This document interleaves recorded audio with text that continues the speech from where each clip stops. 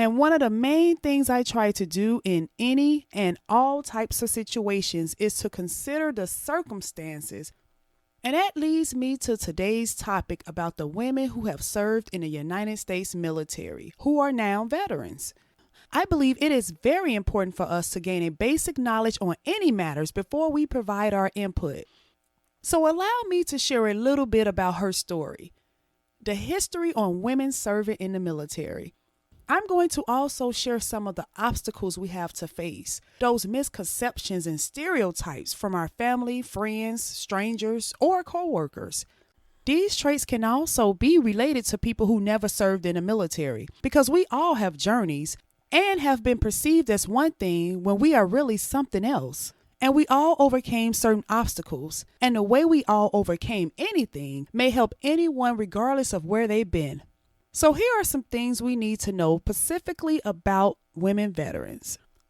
U.S. military service women have done what only 2% of our country's population will ever achieve in their lifetime.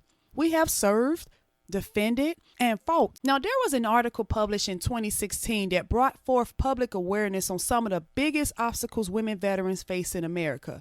And in that report, they focus on the lack of health support for women because the system is still dominated by men. A credible veteran-supported association, the Disabled American Veterans, performed a study and found that government agencies in charge of providing support for women veterans usually fail to understand the unique needs that women may have after being in the service and going through deployments. Several of the women I spoke to since I've been out the military have shared with me their matters such as military sexual trauma, suicide attempts, and periods of homelessness after leaving the military. Unfortunately, women veterans are the fastest growing homeless population in the United States.